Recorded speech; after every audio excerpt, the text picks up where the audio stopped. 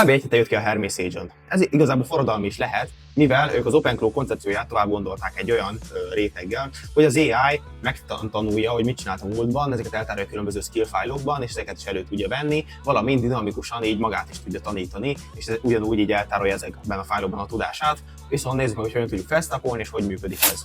Először is itt a Hermes oldalon igazából ki kell másolni ezt a kis parancsot, majd beilleszteni a terminálba, Enter, és el is indul a letöltés. Miután letöltődött, megkaptuk ezt, hogy hogyan szeretnénk hozzákapcsolni igazából egy modellt. Én most egy gyorsat fogom választani, és akkor itt ki is adja a listáját, hogy miket lehet igazából hozzákapcsolni. Ez nagyon sok, LM Studio, Open Router, tehát valóban igazából mindenfélét hozzá lehet.